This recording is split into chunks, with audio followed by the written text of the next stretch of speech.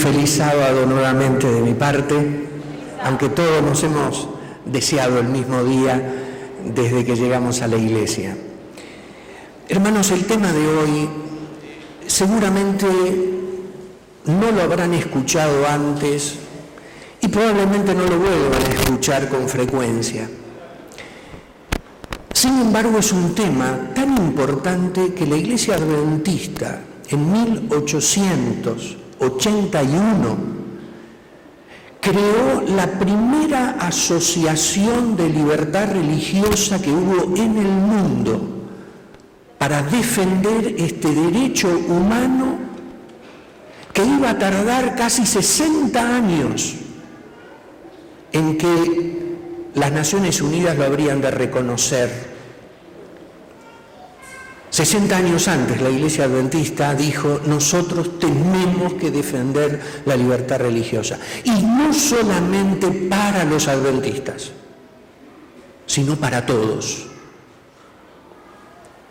Porque en la medida que otros no tengan libertad religiosa, yo tampoco la tengo. Porque la libertad tiene que ver con un derecho humano esencial. Hay una frase en la Biblia que seguramente les es familiar. Deja ir a mi pueblo. ¿Le suena? ¿Quién la dijo o en qué momento o a quién se lo dijo? Moisés, ahí está. A Faraón, referido a el pueblo de Israel.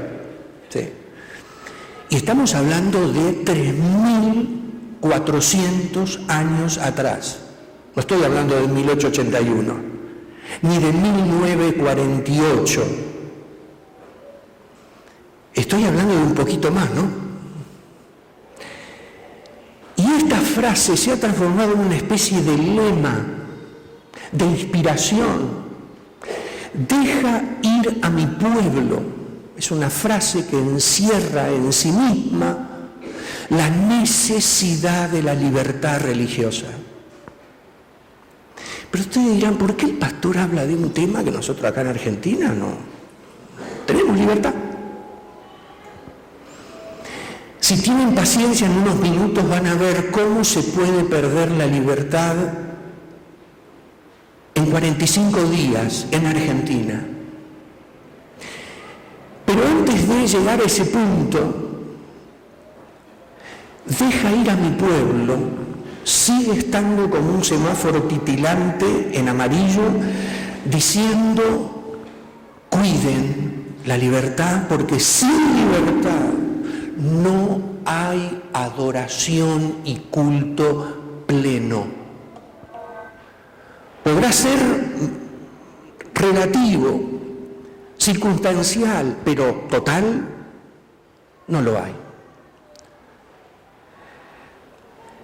Si abrimos la Biblia, en el segundo libro de la Biblia, a la izquierda de ustedes, de la Biblia de ustedes, van a encontrar ustedes allí, en Éxodo, el capítulo 5, el versículo 1,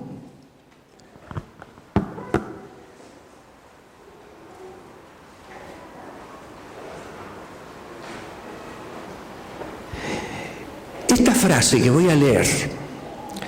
Después Moisés y Aarón entraron a la presencia de Faraón y le dijeron: Jehová, el Dios de Israel, dice así: deja ir a mi pueblo a celebrarme fiesta en el desierto.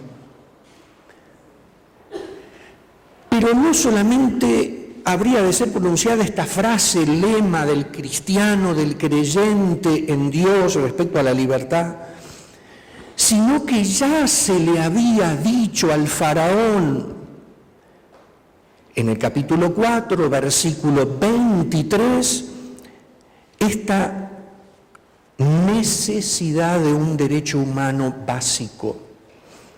Verso 23 del capítulo 4, decía: ya te he dicho que dejes ir a mi hijo para que me sirva, mas no has querido dejarlo ir.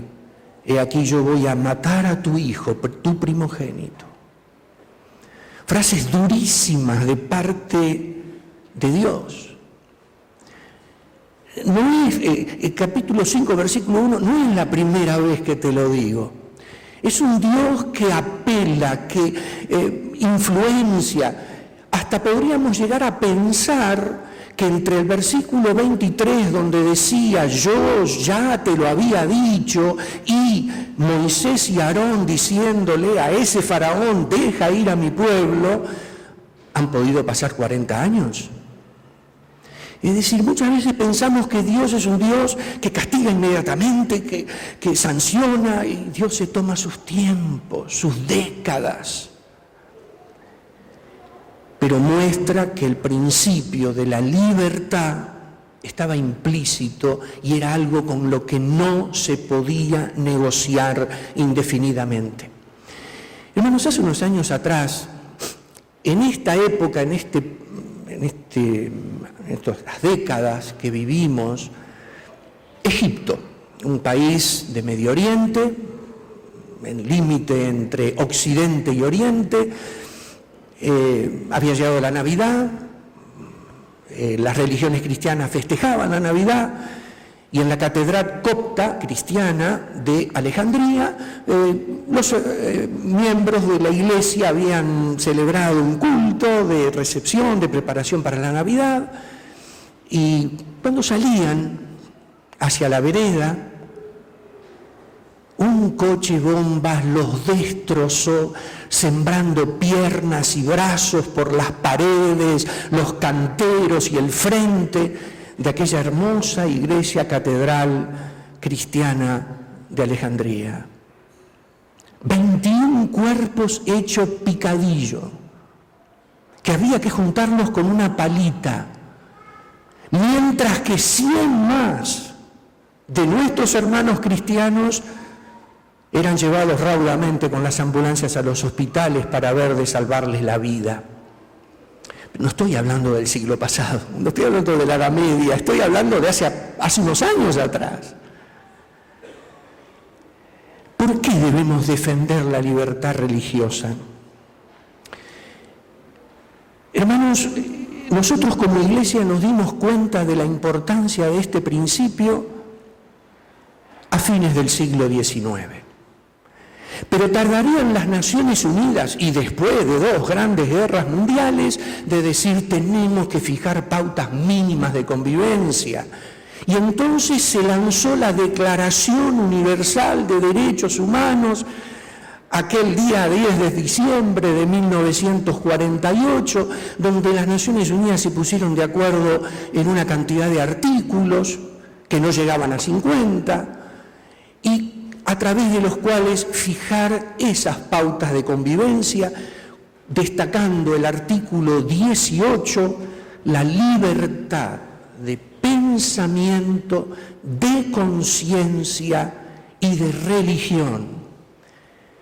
Habían pasado desde los días de Moisés 3.400 años.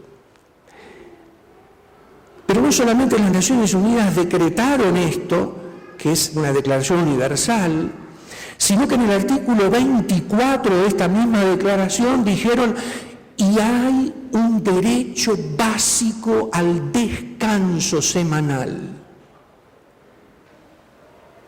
No solamente se quedaron allí, sino que en el artículo 26 se declaró la educación, la libertad de educación, para que los padres pudieran escoger qué tipo de educación le darán a sus hijos. Solo con estos 3 artículos, que me tocan muy de cerca en lo que acaba de pasar en la República Argentina en los últimos meses, podemos dar gracias a Dios que esa declaración existe, pero a la vez que en la Constitución que reformamos en la Argentina en 1994, en uno de sus artículos que ya existían en la anterior, pero que ahora se actualizaron, esta Declaración Universal de los Derechos Humanos fue incorporada con valor constitucional. Es decir, que todos nuestros artículos y los artículos de esta declaración valen igual ante la ley. Tienen jerarquía de nuestra Constitución Básica Argentina. ¿Por qué defendemos la libertad religiosa? Porque hace miles de años se necesita y porque recién los seres humanos se dieron cuenta de esto y los argentinos, gracias a Dios, pudieron incorporar esta declaración, porque aún en la Constitución del 94 ustedes no van a encontrar en ningún artículo de la Constitución argentina, sí en la Declaración Universal, pero no en la Constitución directamente, no van a encontrar el concepto libertad religiosa. No está, no existe ese concepto. Sí existe libertad de culto, que no es lo mismo. Que me den libertad de reunirme para hacer un culto es una cosa. Libertad religiosa es libertad de publicar, dejar la religión, cambiarla por otra, educar a mis hijos conforme a la libertad religiosa que tengo. Es mucho más que reunirme simplemente. Pero ese concepto no está en la Constitución argentina. Y menos este otro concepto que les mencioné del artículo 18 de la Declaración Universal, que dice libertad de conciencia. Busquen la palabra conciencia en la Constitución argentina, no está. Es decir, que todavía nosotros dependemos de lo que otros hacen. Menos mal que lo incorporamos a nivel constitucional, así que yo apelar al artículo 18 como adventista de la Declaración Universal es como apelar ante un juez respecto a un artículo de mi Constitución Nacional. ¿Por qué debemos defender la libertad religiosa? Porque, hermanos, la libertad religiosa no arranca con Moisés, deja ir a mi pueblo para que adore, para que rinda culto, para que sean libres de adorar como quieran. No arranca ahí, arranca más atrás todavía. Arranca hace 6.000 años. El documento Génesis capítulo 3, donde Dios crea a la raza humana y para hacerles entender que existe el principio de libertad religiosa, les pone un árbol en el medio y les dice, esto es, fíjense, observen, razonen, esto es un símbolo de que son libres. Siéntanse libres, aunque no les dé ganas de desobedecerme. Si me obedecen, bárbaro. Pero si tienen ganas de desobedecerme, sepan que lo pueden hacer. Es decir, que el origen de la libertad religiosa es muy antiguo. Y si en Éxodo 3, que ustedes tenían abierto ahí la Biblia, en ese documento tan antiguo de la palabra de Dios, en el capítulo 3, y el versículo 12, habla Dios, ahora estoy otra vez en la época de Moisés, recuerden que fue el primer estado organizado en forma de iglesia que existió y entonces por eso hay mucha documentación sobre este evento histórico. Pero allí en el capítulo 3, versículo 12, dice Dios que Él respondió, ve, porque yo estaré contigo, y esto te será por señal de que yo te he enviado cuando hayas sacado de Egipto al pueblo, serviréis a Dios sobre este monte. Hermanos, la libertad religiosa de poder adorar como se te dé la gana o no adorar. Había una gran multitud de egipcios que se le plegó a los israelitas cuando salieron de Egipto. Ellos ahí tuvieron, y gracias a la libertad que Dios daba, ellos tuvieron, los egipcios que acompañaron, tuvieron la oportunidad de dejar otra religión y cambiarla. Un principio que va a aparecer en 1948 en las Naciones Unidas, pero que ya Dios lo estableció con su pueblo. ¿Quieren cambiar de religión? Pueden cambiar de religión. ¿Y cuál es la señal? mía, de Dios, dice, de que yo soy Dios y de que yo estoy detrás de esto, cuando ustedes puedan ser libres para salir y adorar conforme a su conciencia.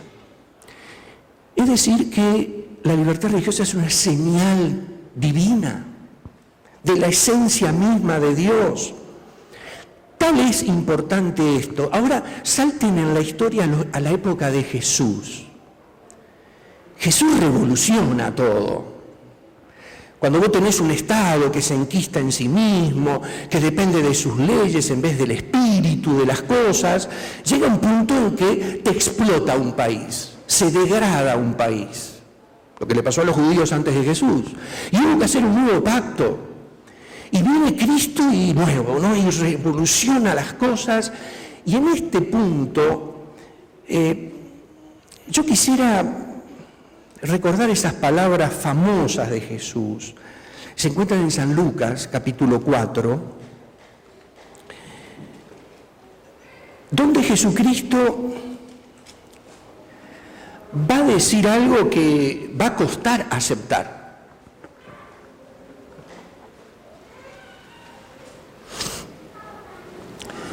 En el capítulo 4, versículo 18, estas son las palabras de Jesús, que no repite nada nuevo, repite algo viejísimo, de siglos atrás, de los días de Isaías. Estamos hablando de, no sé, 700, 800 años antes de Cristo, ¿no? Porque la Biblia, cuando hay algo nuevo, no es rompo lo viejo y te edifico todo nuevo y vos no sabés ni dónde estás parado. El fundamentalismo es importante. No el fanático extremo terrorista, pero tener fundamentos sólidos es básico.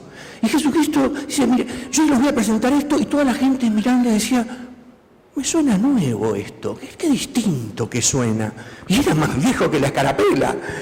Decía, perdón, no, la escarapela tiene que ver con Argentina, me equivoqué, es más viejo que la escarapela. Bueno, pero dice el capítulo 4, versículo 18, el Espíritu del Señor está sobre mí, por cuanto me ha ungido para dar buenas nuevas a los pobres, me ha enviado a sanar a los quebrantados de corazón, a pregonar libertad a los cautivos, vista a los ciegos, y la perlita, ¿no?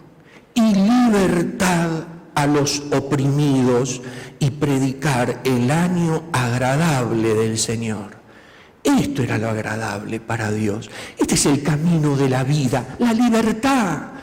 La libertad del que está oprimido, la libertad del que está cautivo, la libertad del que no puede ver, la libertad de aquel que está enfermo, la libertad de aquel que se siente solo. Yo he venido a predicar la libertad. Claro, los discípulos escuchaban, era gente mucha de campo, gente de barrio, gente del puerto. Algunos de ellos, recordemos que hay 2 o 3 que no saben leer y escribir. Nunca fueron a la escuela ni primaria ni secundaria. Si es que la hubiera habido en esa época, había, pero no con esa nomenclatura. Pero ellos no sabían muchas cosas y escucharon a Jesús y dijeron, qué lindo que me suena esto, qué bien. Hasta la gente que lo escuchó en la iglesia dijo, muy bien esto, qué bien que está, me suena agradable.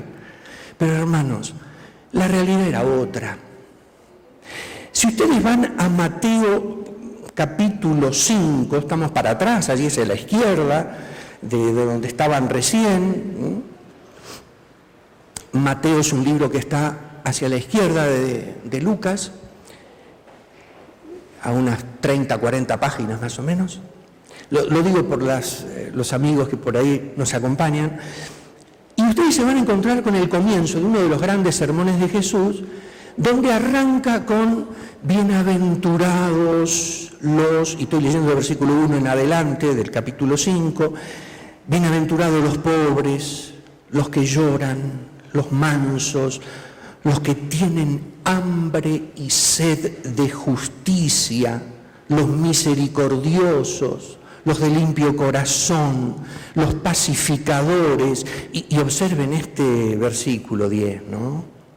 Bienaventurados sois cuando por mi causa os vituperen y os persigan y digan toda clase de mal contra vosotros mintiendo. Gozaos y alegraos porque vuestro galardón es grande en los cielos, porque así persiguieron a los profetas que fueron antes de vosotros. Hermanos, no tener libertad religiosa ha sido el común denominador de siempre. Y 2 versículos de ese mensaje tan maravilloso de las bienaventuranzas se dedican a este tema, al tema de los que padecen persecución, los que padecen vituperio, bullying, burla, persecución. Es una preocupación. Sin embargo, vuelvo a Lucas, que está 2 libritos más adelante, recién andábamos por ahí, volvemos a Lucas. Recuerden que los nombres de los libros están arriba de la página de la Biblia que ustedes tienen. Y van a ver que en el capítulo 9 de Lucas, casi al final, dije 9, sí, capítulo 9, la parte final, versículo 51 en adelante. Miren cómo lo viven los discípulos, el tema de la libertad, de padecer persecución. Miren el concepto que ellos tienen, propio de una nación estafada a sí misma, enquistada en sus leyes perimidas, sin el Espíritu de Dios y el amor de Cristo en sus vidas. En ese contexto, miren ustedes la reacción. Verso 51. Cuando se cumplió el tiempo en que había de ser recibido arriba, en el cielo, Jesús, ¿no? Iba a resucitar e irse al cielo, afirmó su rostro para ir a Jerusalén. 52. Envió mensajeros delante de él, los cuales entraron en una aldea de los samaritanos para hacerle preparativos, mas no lo recibieron porque su aspecto era como de ir a Jerusalén. Viendo esto, sus discípulos, Jacobo y Juan, dijeron: Señor, ¿quieres que mandemos que descienda fuego del cielo como hizo Elías y los consuma? Entonces, volviéndose él, los reprendió diciendo: vosotros no sabéis de qué espíritu sois. Porque el Hijo del Hombre no ha venido para perder las almas de los hombres, sino para salvarlas. Y acá esta última frase, hermano, no tiene desperdicio. Y se fueron a otra aldea. ¿Cuál es el concepto de la libertad religiosa para los demás de Jesús? Claro, los samaritanos eran tan creyentes en un solo Dios como eran los judíos. Estos eran, podríamos decir, evangélicos versus católicos, ¿no? 2 religiones cristianas, pero enfrentaditas. Y entonces los discípulos, como Cristo iba a Jerusalén y no a la otra parroquia, a la otra catedral de Samaria, al culto que ellos también hacían, de su otra religión, entonces no te doy ni hospedaje en los hoteles, ni te sirvo la comida, arreglate como pueda, pero tengo que pernoctar, tengo que dormir en algún lado, si no puedo llegar a Jerusalén de un solo tramo, tengo que dormir. No, que se vaya al campo, que debajo de un árbol. Nosotros acá no lo vamos a recibir. Y alquilar un burrito, aunque sea para llevarlo a Jesús. ¿Qué burrito que se compre un burro? Los discípulos dije, esto no puede ser. Somos del mismo Dios, creemos en el mismo todopoderoso monoteísta Dios y nos hace esto, Señor, no le podemos pedir que venga fuego del cielo. Es decir, el mismo concepto de perseguir al otro porque no piensa como yo, porque no actúa como yo. Y entonces Cristo dice, pero escúchenme, ustedes escucharon mi primer sermón que yo di, famoso sermón que les di, miles de personas, y ¿se acuerdan cómo lo comencé? Y me salen con esto. ¿De qué espíritu son ustedes? ¿De qué hablé yo durante estos meses que vengo hablándoles de que he venido a dar libertad al oprimido y que he venido a dar libertad a los que persiguen, a los que le largan el bullying, a los que sufren la carencia de justicia. ¿Qué captaron?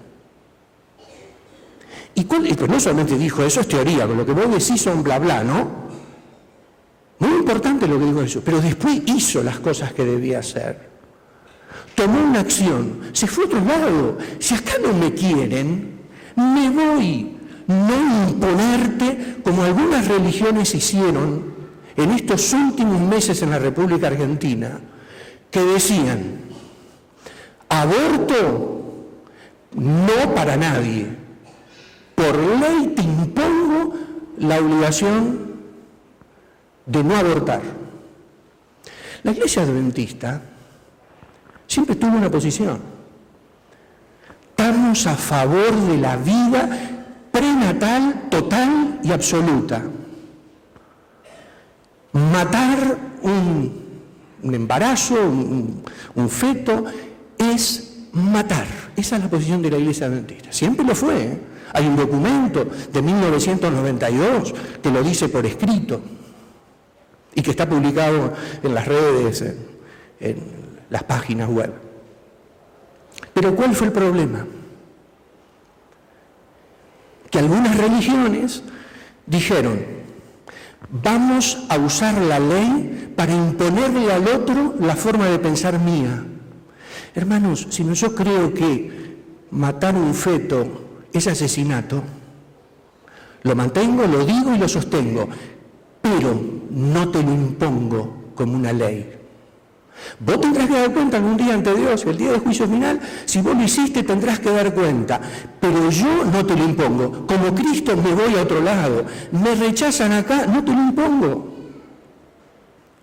Y la Iglesia Adventista lo que hizo con la famosa manifestación del obelisco, donde 400.000 evangélicos se reunieron para manifestar, ya lo habían hecho los católicos.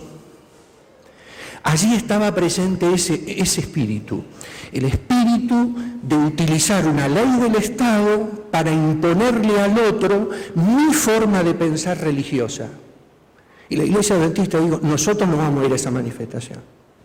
Estamos a favor de que no haya aborto, pero no estamos a favor de obligar a los demás, imponiéndoles por ley nuestro concepto de conciencia religiosa. Y esa fue la gran diferencia. Pero al menos Jesucristo en este ejemplo que acabo de mencionar muestra cuál fue su actitud. Libertad. Es cierto, algún día va a haber un juicio final, la ley se va a tener que cumplir, nadie la va a pasar de inocente habiendo hecho algo que inclusive su conciencia le decía, eso está mal. Ya va a llegar. Pero este no es el momento y este mundo no es un mundo para imponerle a los demás mis conceptos religiosos. Y fíjense lo que ha pasado desde hace, ¿cuánto? 20 años, que vienen surgiendo en las provincias intenciones de sancionar leyes dominicales de observancia obligatoria laboral de reposo en el trabajo. Y hay provincias que lo tienen, legislado, aprobado, y otras que están en proceso hacia la Suprema Corte de Justicia de la Nación, otras que ya la Suprema Corte se ha expedido, como en el caso de Santa Fe. Pero hay intenciones de imponer, es decir, yo religioso, y ustedes miraban los diarios, ¿y qué veían detrás de un sindicato que se reunían para analizar la ley de reposo dominical para los grandes supermercados, porque apuntan primero a los grandes para luego bajar? ¿Y ustedes qué veían en la foto? El sindicato y un líder cristiano de la religión mayoritaria argentina ahí al lado apoyando, y no solamente ahí, a nivel internacional, del dirigente mundial de la Iglesia Cristiana Católica, también estaba el respaldo a estos proyectos de leyes. Entonces, no es que nosotros como adventistas estamos en contra de las leyes dominicales. ¿Quieren tener leyes dominicales? Ténganlas. Pero nosotros no vamos a estar detrás de imponerles por ley el domingo y mucho menos de imponer por ley el sábado. O el viernes, que es el día de reposo de los musulmanes. Podría ser, ¿no? El viernes como alternativa, si viviéramos en Medio Oriente. Nosotros no estamos a favor de eso.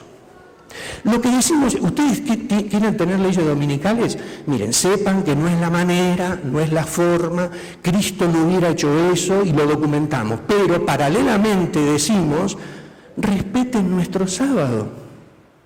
Y si yo tengo problemas en mi trabajo, denme el sábado libre con una prestación alternativa, con una acomodación razonable, dos términos jurídicos que lamentablemente no están todavía en las leyes de nuestro país. Pero lo que nosotros pretendemos es que a las minorías nos respeten, porque ese fue el espíritu de Cristo, respetar al que piensa distinto. Y por eso, hermanos, uno puede entrever cómo la libertad religiosa se puede perder muy rápidamente. Y la Iglesia Adventista tiene que estar preparada para accionar. No digo todos nosotros preocupados y todos activos, no. Pero un grupo, por lo menos alguien, un grupito de personas profesionales que conocen de leyes o de mecanismos o de expedientes o de tramitaciones para que nos ayuden.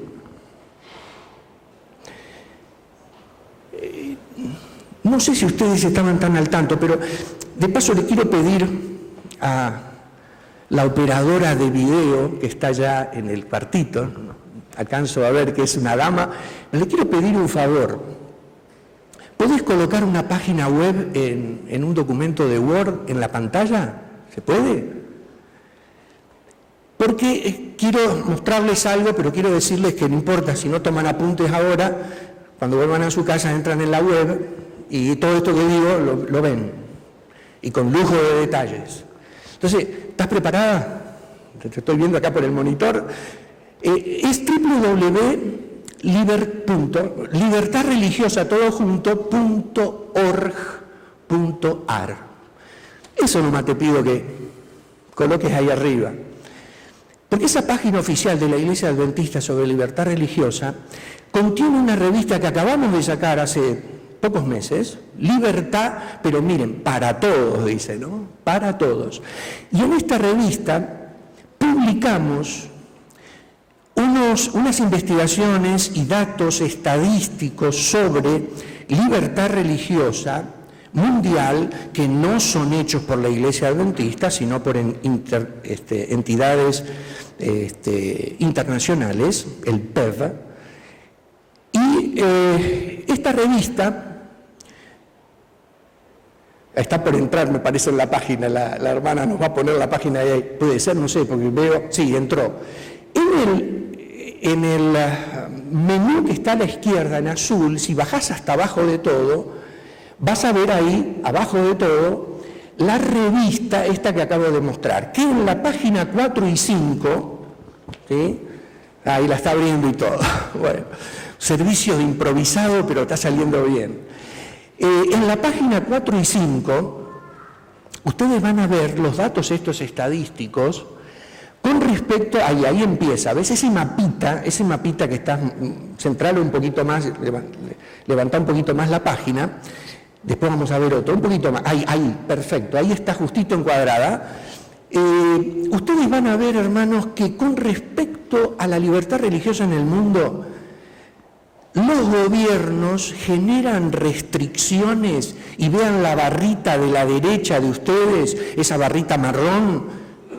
El 65% de la población mundial vive en países con grandes intervenciones por parte del gobierno en contra de la libertad religiosa. Voy a los 3 cuadraditos marrones que están abajo, ¿no? El de la izquierda sería el de la derecha de ustedes. Prohibición del uso de símbolos en 27% de los países del mundo. 23%, son los porcentajes de intervenciones del gobierno en ese 65%. Me rectifico un poquito. 27% de ese 65% prohíbe usos de símbolos, 23% tiene restricciones a la conversión, y no le digo restriccionesitas, graves restricciones. Y acá están los listados de países que si vos te convertís a otra religión, la pena es la muerte. Y no estoy hablando de países que tienen 20 habitantes. Estoy hablando de Afganistán, estoy hablando de Pakistán, estoy hablando de Somalia, países que son más grandes que Argentina. Entonces, no es pavada lo que estamos diciendo, es algo sumamente importante. Y nosotros creemos que acá tenemos libertad, que es todo bárbaro, pero hermanos, hay 2/3 del mundo que no la tienen. Y aparte de ese 65% de países que tienen intervenciones en contra de la libertad, el 31%, y estoy en el cuadradito de la izquierda, de abajo a la izquierda de ustedes, la pena es la prisión.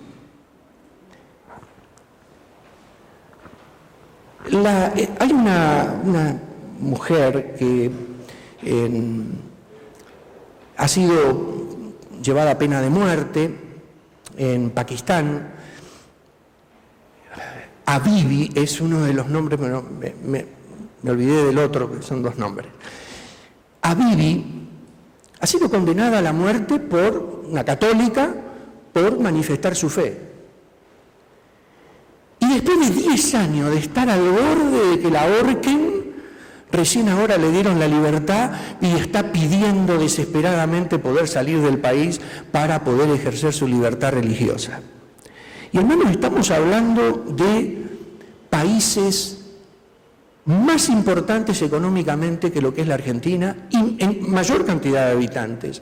Hermanos, Arabia Saudita, tengo un amigo, yo pertenezco a una entidad, porque así como tenemos nuestra entidad de foro regional de libertad religiosa, también hay otras entidades que se dedican a la libertad religiosa y yo pertenezco a la comisión directiva de una de ellas que se llama CALIR, Consejo Argentino para la Libertad Religiosa. Y tengo un amigo allí, un embajador, fue hace poco embajador de Arabia Saudita, de Argentina en Arabia Saudita, y él nos decía, Darío, cuando nosotros queríamos hacer una misa, ¿vos te creés que en Arabia Saudita, 80 millones de habitantes, 2 Argentinas, ¿vos te creés que nosotros podíamos ir a una catedral católica ahí en la capital? No, a duras penas dentro de la embajada. Y con un cura que lo traíamos de vez en cuando, una vez cada 2 o 3 meses, que venía de algún país limítrofe a darnos la misa. Porque no se puede, no existe. Estamos hablando de este príncipe de Arabia Saudita que acaba de llegar a la Argentina para la reunión del G20, representando a este país donde no hay libertad de ningún tipo. Inclusive en los campamentos petrolíferos habitados exclusivamente por extranjeros, tienen un control tan terrible de la libertad de culto, de reunión, que no pueden reunirse en las casas para hacer cultos de oración en grupo pequeño, está prohibido. Y eso que son barrios cerrados, integrados por hindúes, pakistaníes, de Indonesia, algunos europeos. Es decir, cuando hablamos de restricciones, estamos hablando de los países más poderosos del mundo, G20, y que no tienen libertad. La otra página, si bajás un poquito, o subís, ahí está, mira, ese cuadrito tiene que ver con el escenario global y los tipos de hostilidad social, porque una cosa es el gobierno y otra cosa es la gente. Por ahí el gobierno te defiende, te cuida y el vecino de al lado te tira piedra, te insulta, te agrede, te lastima. ¿Y cómo hace el gobierno para controlar a millones de personas que le tienen bronca los musulmanes chiitas a los musulmanes sunitas? Porque también ellos tienen sus líos. ¿Son todos musulmanes? No. Hay como católicos y protestantes, ¿no? Entre los musulmanes, hay de los bandos. Y claro, cuando lo social se desboca, no hay gobierno, ni fuerzas armadas, ni toda la policía junta en la calle que pueda frenar ese tipo de hostilidad. Y el 52%, la barrita, está un poquito más abajo, ahí está la barrita, 52% de la población mundial vive en países con gran hostilidad social. Si no es problema del gobierno solo, es problema de la gente, que se tienen bronca entre sí.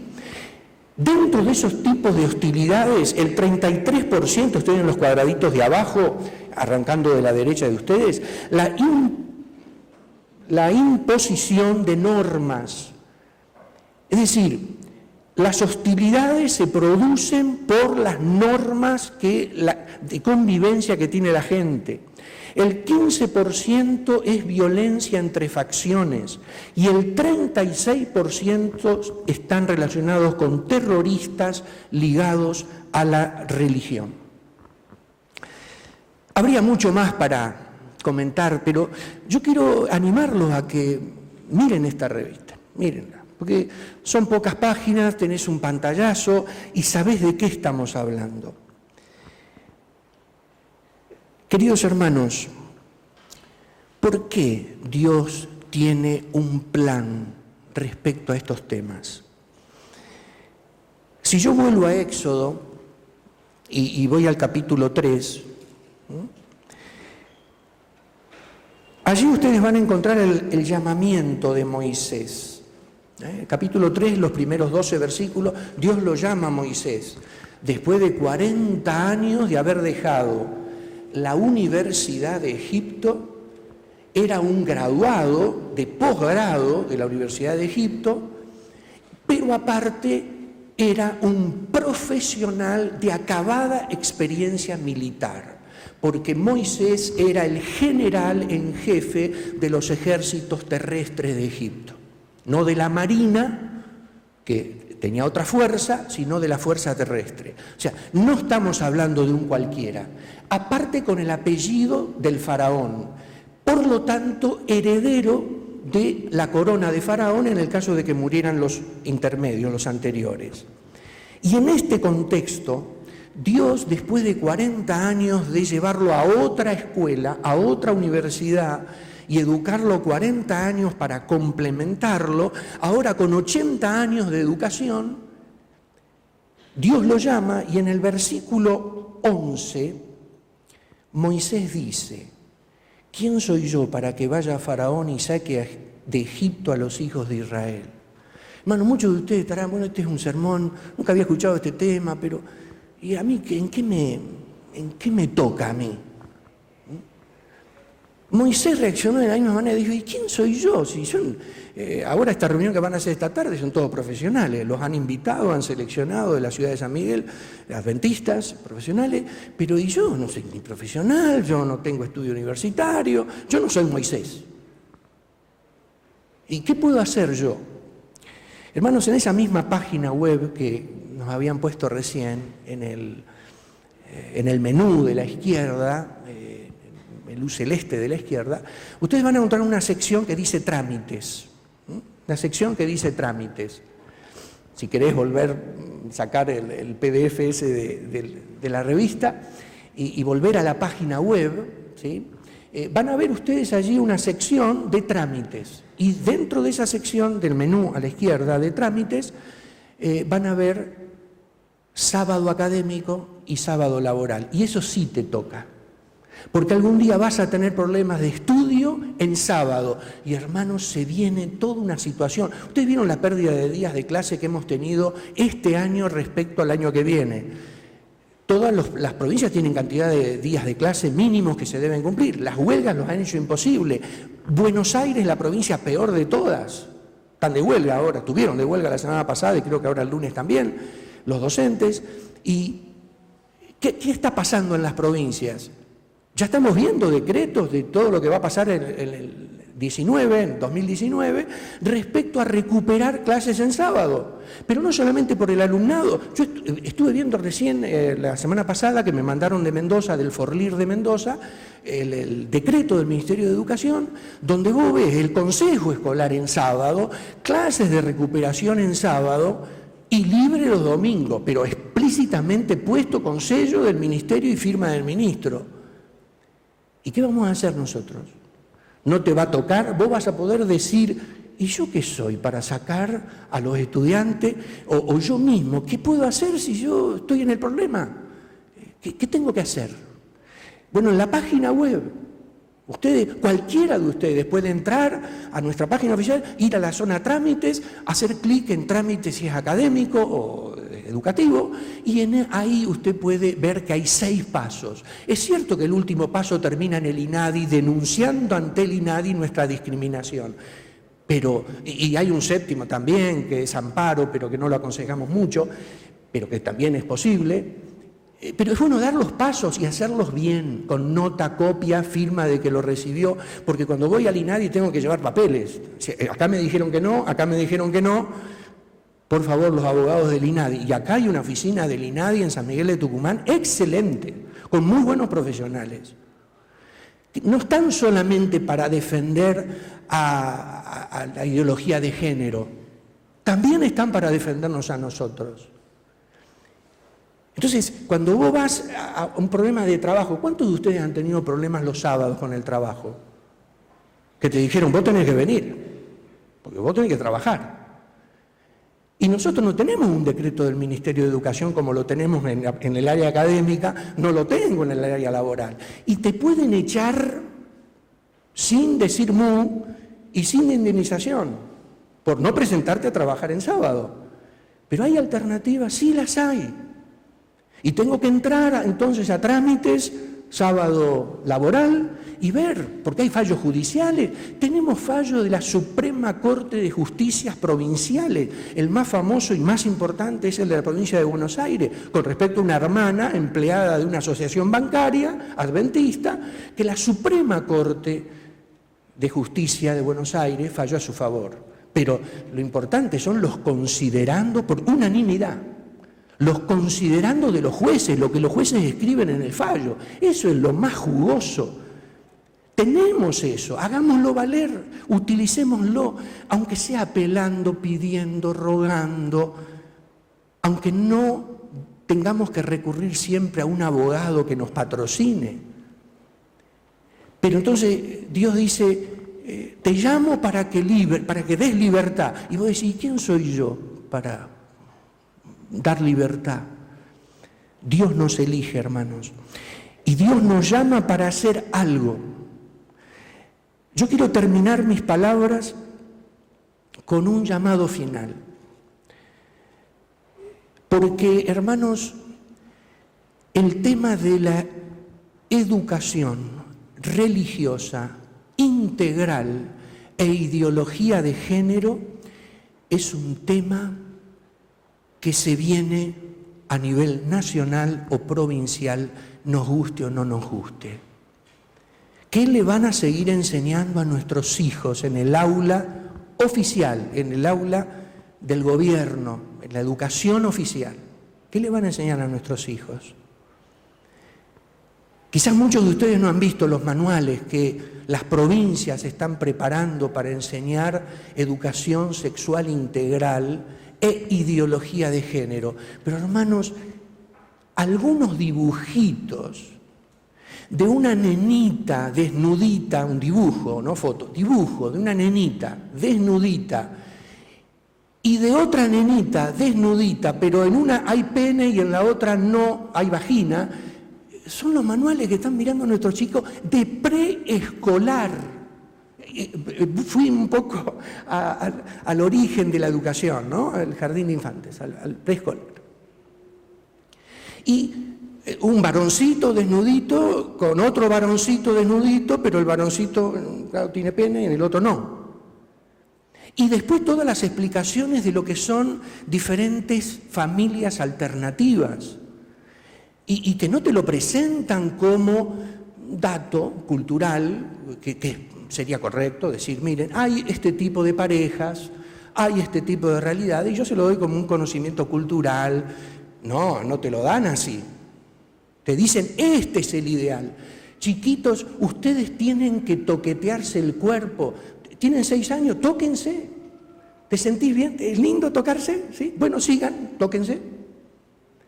Y estoy hablando de técnicas de enseñanza de escuelas aquí, en nuestro país, no estoy hablando de un país extranjero. Y el 20% de nuestros chicos estudian en colegios adventistas, pero el 80% estudia en colegios estatales. ¿Y qué vamos a hacer? ¿Nos vamos a quedar callados? Cuando un matrimonio pentecostal en Salta dijo, no, yo no me quedo callado. Y no tenía que ver con esto, tenía que ver simplemente con que a su hijito pentecostal le enseñaran doctrina católica dentro de una materia obligatoria en el horario escolar de las aulas públicas de Salta, enseñado por catequistas, por curas. Yo no tengo por qué, yo soy pentecostal. Y no admito que me lo saquen de clase y me lo lleven a la biblioteca. ¿Qué quieren? ¿Más bullying todavía? Tras que es evangélico y le hacen bullying todavía fuera del aula. Todos ustedes saben lo que es cuando te segregan y te mandan a la biblioteca porque no vas a tomar esa materia. Hizo juicio, hermano, la provincia de Salta, la Suprema Corte le dio la razón al gobierno, apelaron porque una entidad como la nuestra, como Forlir, como Calir, se metió en el tema y llegó a la Suprema Corte de Justicia de la Nación. Y allí todos expusimos, la Iglesia Adventista expuso, el Centro de Estudios de Ciencia y Religión de la Universidad Adventista del Plata expuso como Amigos Curiae, y la Suprema Corte dijo, hagamos como Salomón, ni para un lado ni para el otro, así que no me expido sobre el fondo de la cuestión, pero se puede dar religión, pero fuera del horario escolar y no es obligatorio. Todo tranquilo, pero no falló sobre la base. El derecho, la Declaración Universal de los Derechos Humanos, con nivel constitucional en nuestro país, le da libertad a los padres de elegir la educación que quieren para sus hijos. ¿Y por qué la Suprema Corte no falló de fondo y solo lo hizo por la forma? Porque, hermanos, hay que luchar por la libertad religiosa. Y ustedes, la gran mayoría de ustedes que mandan a sus hijos a escuelas públicas, tienen este problema de que te enseñen ideología de género como el ideal. Dos mujeres siendo un matrimonio, una familia con hijos, ese es ideal. No lo presentan en contra o como dato cultural. Entonces, por todo esto que se viene, es que tenemos la oportunidad de hacer algo dentro de los parámetros adventistas y Cristo, que Cristo no iba a hacer un scratch, hermano. Cristo no era de los scratch. Si no me quieren acá me voy, pero hablo, vuelvo, insisto. ¿Se acuerdan cuando volvió con los samaritanos lo que pasó, no? Lo recibieron en masa. O sea, la cuestión es de volver, ir y volver, ¿no? Hacer ese servicio de educar, de insistir. Por eso, hermanos, este llamado, que lo quiero extraer con las palabras del apóstol San Pablo del libro de Gálatas, es un poquito el broche de oro y el final.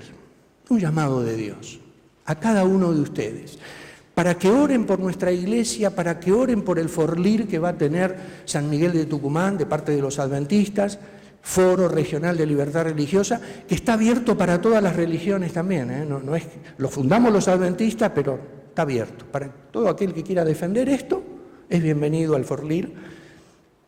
Que todos nosotros podamos hacer nuestra parte donde quiera nos toque trabajar, enfrentar una dificultad, un problema. Capítulo 5 de Gálatas, el verso 13, dice: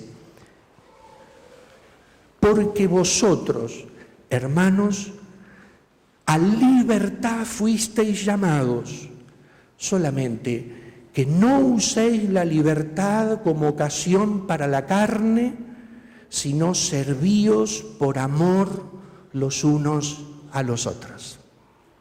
Este es tu llamado, nuestro llamado y otro motivo de oración. Amén.